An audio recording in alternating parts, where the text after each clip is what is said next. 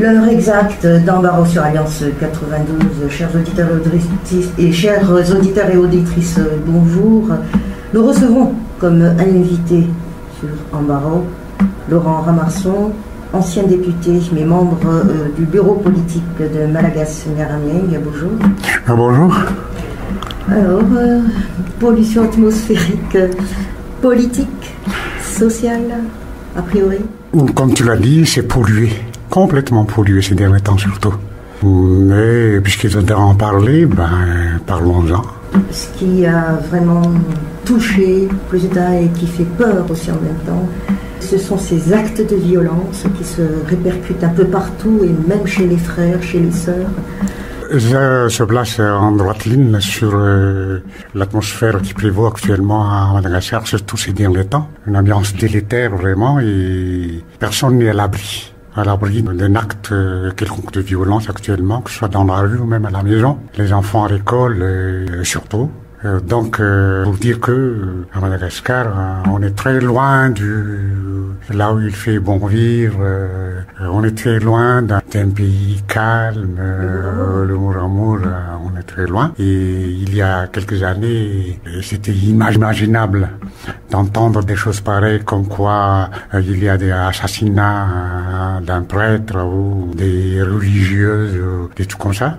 Mais actuellement, donc, ce sont des choses, c'est une réalité. Et c'est à nous de juger, d'apprécier ce qui est en train de se passer à Madagascar. Et le problème, c'est que notre hantise, à vous comme la mienne, c'est que on dirait que ça va évoluer d'une manière exponentielle.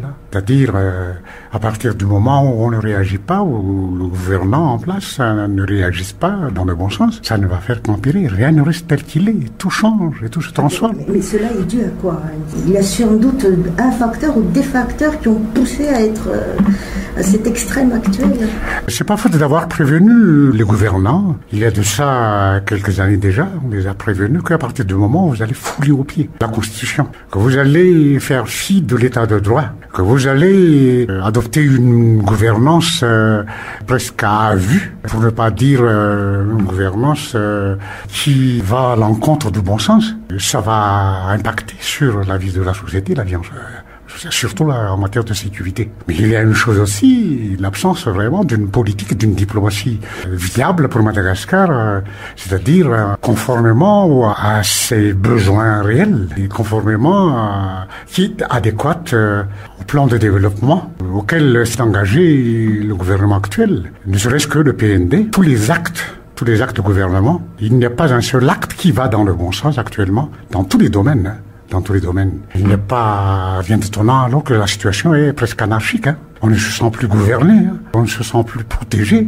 Le rôle du gouvernement, le rôle du président, c'est de protéger d'abord le citoyen. Et il est arrêté. Oui, il est arrêté, protéger le gouvernement. Il y a déjà un gouvernement qui doit faire tout ce travail. Qu'est-ce qu'il a voulu jusqu'à présent? C'est là c'est pour ça qu'on a changer les... Donc c'est encore à côté de la plaque. C'est pas une solution, loin s'en faut, solution du tout. C'est-à-dire que la maladie a vraiment gangréné presque tous les membres de toutes les institutions. Et ça va pas empêcher la gangrène de se propager. Et on était presque au stade final, Si les tissus cancéreux. Et là, c'est du kiff-kiff, kiff-kiff, c'est une affaire de canal, quoi. Oui, mais là aussi, pour donner un peu plus d'embaume à l'économie, il a été dit, et pour donner valeur aussi à certaines identités, on va créer une autre monnaie aussi. Un billet. Parlons-en justement. Si j'ai bonne souvenance, ça aurait dû s'opérer il y a un an. On a entendu parler de la monétarisation. Mais on a attendu donc une année après que ça va se faire finalement. Est-ce que c'est une solution? Je ne pense pas. C'est vrai que sur le plan politique monétaire et financière, je pense pas que ça va résoudre quelque chose et ça va faire bouger les lignes en termes de développement. Puisqu'il faudra faire quelque chose. Bon, je pense que le gouvernement actuel a une certaine idée derrière la tête. Tout ce que je peux dire, c'est que wait and see. Cela veut dire pour vous, quand on ne peut pas changer les choses, on change les mots. Tu l'as dit. Oui, alors on avance un peu, mais mois de mai, c'est dans quelques jours. C'est la rentrée parlementaire. Vous, en tant qu'ancien député, vous connaissez très bien le système, mais tout compte fait, cette période-là, est-ce que c'est crucial quand même pour les députés pour quoi faire, puisqu'il y a eu un long silence d'ailleurs, on ne les a pas trop entendus. Eu égard les événements qui se sont passés ces derniers temps, cette session parlementaire vient à point nommé. Parce que c'est une session d'habitude, une session où on se penche plutôt sur la loi de finances rectificative. Mais d'habitude, c'est une session hautement politique. C'est là que tout se joue en matière de politique, politicienne surtout, et même pas politicienne, mais politique en général. C'est-à-dire que c'est là qu'on va prendre toutes les grandes décisions. Et étant donné aussi qu'il y a des impératifs catégoriques même de la part de nos partenaires et des bailleurs de fonds, faire passer à l'Assemblée nationale certains projets de loi, comme le code minier, le code pétrolier, etc. Au moins 3 ou 4 textes qu'il faudra vraiment, qui sont très cruciaux par rapport d'engagement pris par Madagascar en ce qui concerne la réalisation ou le déblocage des aides ainsi que les financements nécessaires pour les projets. Puisqu'il est question de projets... Des infrastructures par exemple, irrigation ou autre. Oui, tu sais, en ce qui concerne les projets Madagascar, il y a ces fameux projets présidentiels. D'ailleurs, qu'est-ce que c'est le projet présidentiel là? Pour moi, c'est un non-sens, contradictoire. Un président, une fois arrivé au pouvoir, a un projet, un programme. Mais un président qui est venu là et qui invente un projet, ça ne s'était presque jamais vu, mais lui, il le fait, donc ça ne fait rien, mais comme quoi aussi en matière de décentralisation, par exemple. La décentralisation effective, tant prônée et qu'on crie à tous les toits, qu'actuellement ils sont en train de mettre en place la décentralisation effective. Mais vu les étés passés ces derniers temps, tout le monde connaît maintenant ce que c'est que la décentralisation à la sauce HVM, c'est-à-dire que on met en place des maires HVM. Ensuite, on invente une subvention spéciale attribuée à tel maire ou à telle commune. Et ensuite, il y aura une quelconque homme d'affaires ou femme d'affaires qui ouvre un compte pour que le maire en question puisse riper dans leur compte les subventions en question. Donc voilà ce qu'ils appellent décentralisation. Mais finalement, il s'agit de décentraliser les caisses de l'État pour mieux les ponctionner. On peut parler par exemple pour le cas de la Gérama aussi, ça pourrait être la même chose. Ça aussi, vous savez, et c'est pour ça que on espère que cette fois-ci, les parlementaires qui vont se réunir incessamment vont essayer de voir ça de plus près en instituant une commission d'enquête parlementaire pour suivre la Gérama par exemple ainsi que Hermad pour voir un peu de plus près les codes miniers surtout, tout ce qui s'était passé, les exploitations illégales. Il y a eu un silence quand même. C'est vrai que la rentrée parlementaire est prévue que pour ce mois de mai, mais entre-temps il y a eu d'autres événements, mais on n'a pas trop entendu les députés. Je ne sais pas chez vous, chez Madagascar, mais c'est le constat d'un citoyen. La plupart des députés, effectivement, travaillé quand même. Oui, il y en a qui ont travaillé, mais entre guillemets aussi, il a travaillé. Mais en ce qui concerne, comme tu l'as dit, c'est une remarque presque générale, c'est le motus. Finalement, on dirait qu'ils se sont donné le mot de ne pas réagir par rapport aux différents cataclysmes qui sont survenus il y a quelques mois, pendant ces derniers temps. On n'a jamais entendu parler d'une session spéciale, par exemple. Mais ça fait des sous quand même, monsieur le... Oui, mais c'est changé. Ils ont quand même se sont réunis en session spéciale au moins 2 ou 3 fois l'année dernière pour parler des choses utiles qui n'ont rien abouti. Une montagne qui n'a accouché que d'une souris. Mais alors qu'il y avait ces derniers temps des choses vraiment vitaux pour le pays et cruciaux. Ils se sont abstenus de se réunir. Vous étiez près de chaque... Donc pour moi c'est une défaillance. Mais j'espère que, vu l'imminence et la proximité de l'élection, l'échéance électorale, je pense que cette fois-ci ils vont prendre conscience de ce qu'il faudra faire. Ils ont intérêt vraiment à écouter les électeurs cette fois-ci, s'ils veulent être réélus. S'ils veulent se présenter et je sais qu'il y en a beaucoup qui vont encore se représenter. Mais on verra bien. Condition sine qua non cette fois-ci, il faudra qu'ils fassent quelque chose contre ce régime. Mais est-ce que c'est un dada d'être un député? Ouais, tu sais, être député ici chez nous, c'est une manière... comment est-ce qu'on dit ça pour ne pas utiliser des mots trop crus et trop directs. C'est une manière de réussir dans la vie. réussir sa vie, parce que c'est pas ça, réussir un peu dans la vie. C'est une manière directe, tu peux être, je sais pas, très modeste chez toi, mais en devenant député, tu seras vraiment le potentat à l'image des potentats romains en son temps.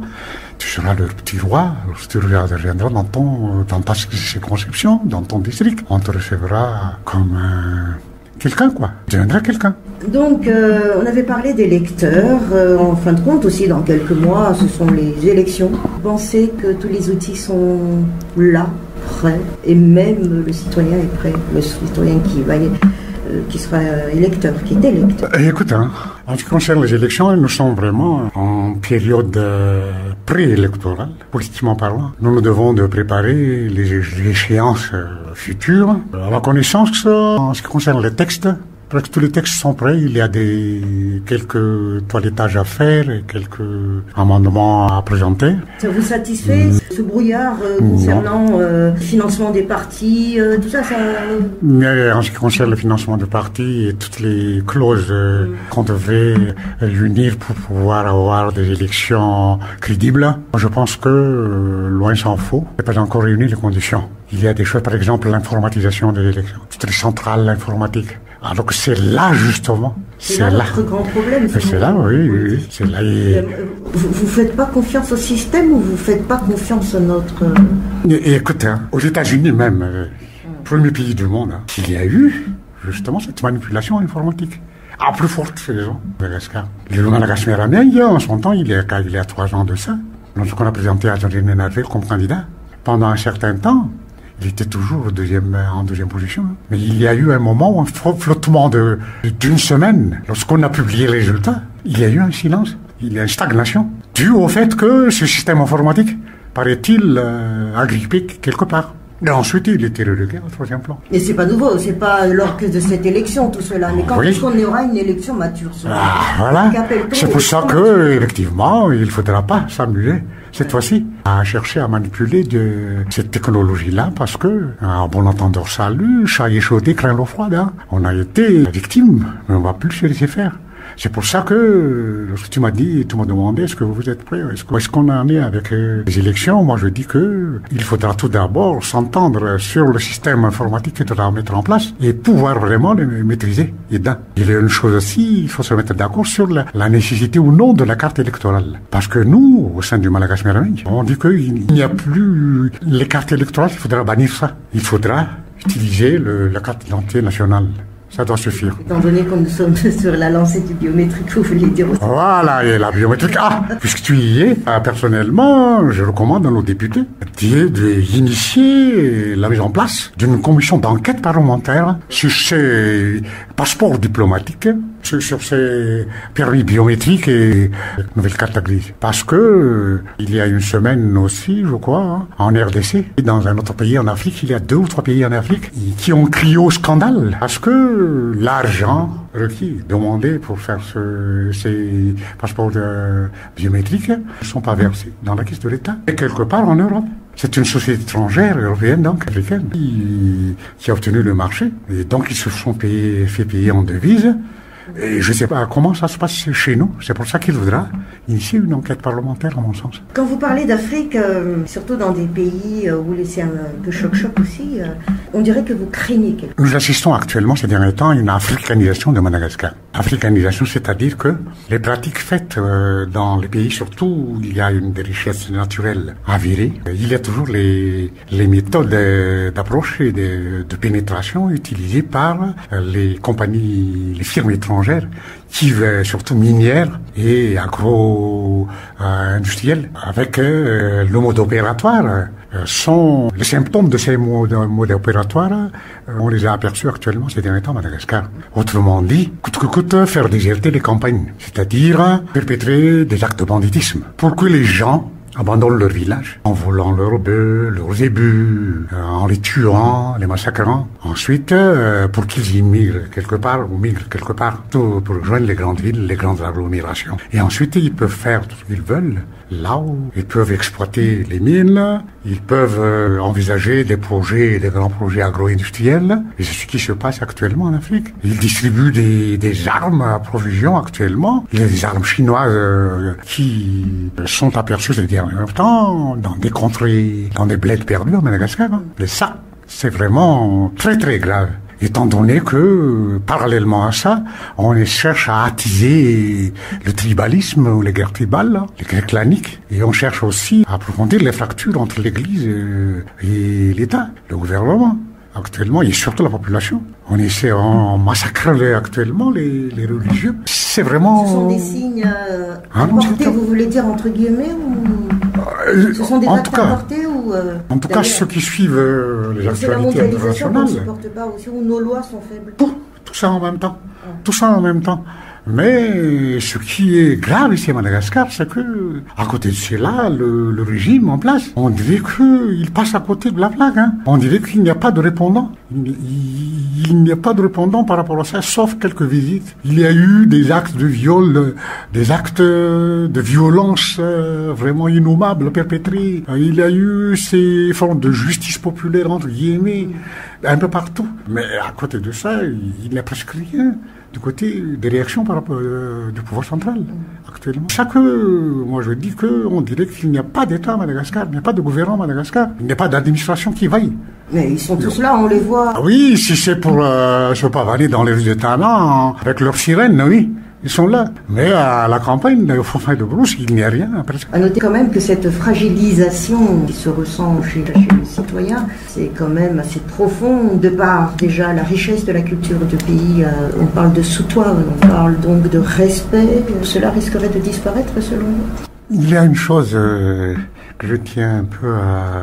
Pour pouvoir expliquer l'histoire, la culture malgache en général. Pour moi, la vie est plutôt comme un levier. Un levier, c'est-à-dire, le point d'appui, c'est l'histoire du pays. Le poids à soulever, c'est le futur, l'avenir. Et la force présente, la force pressante, c'est le présent actuellement. Donc, un peuple qui ne respecte pas son histoire, ses valeurs, fondamentales, surtout les fondamentaux de la République, qui ne respectent pas ça, c'est un peu comme un levier qui a perdu son point d'appui. Donc s'il veut soulever son futur, il ne peut pas le faire. Donc pour moi, il faudra mieux asseoir cette histoire. Autrement dit, s'il y a cette volonté, et c'est une bonne chose, de place de toutes les classes politiques actuellement, d'opérer ce qu'on appelle Fapepana Pyrénéenne. Comment c'est une bonne chose? Autrement dit, il est temps de faire table rase de tout ce qui nous sujet de querelle et tout. Mais il faudra vraiment actuellement que les choses sous le véritable angle. Autrement dit, il est grand temps de définir ce qu'on entend par malgache. Qui sommes-nous d'abord? On va revenir très loin alors que nous sommes déjà... D'une manière synchronique, mais pas diachronique, c'est-à-dire historique, oui. Mais synchronique à l'heure actuelle. Moi, je pense que j'apporte la réponse.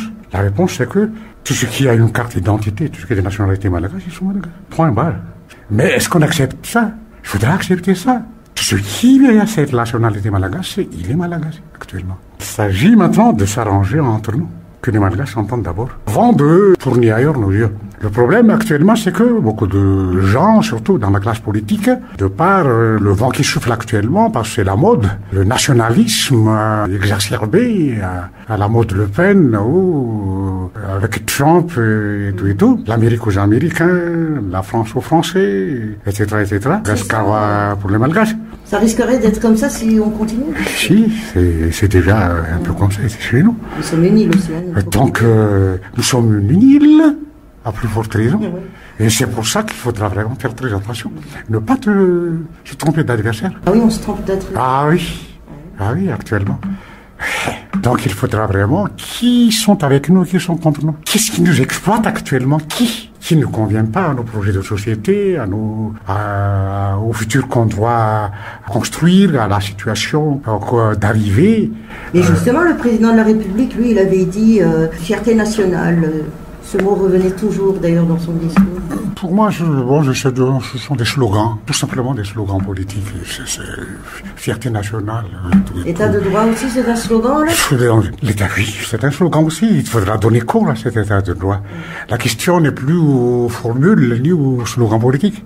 Il s'agit de les pratiquer. La pratique, surtout actuellement. Il s'agit pour nous, effectivement, de chercher ce qui va motiver les Malagasy, tous les Malagasy sans exception, à œuvrer ensemble, ce que nous appelons Malagasy Miaravej, œuvrer ensemble. Comment faire?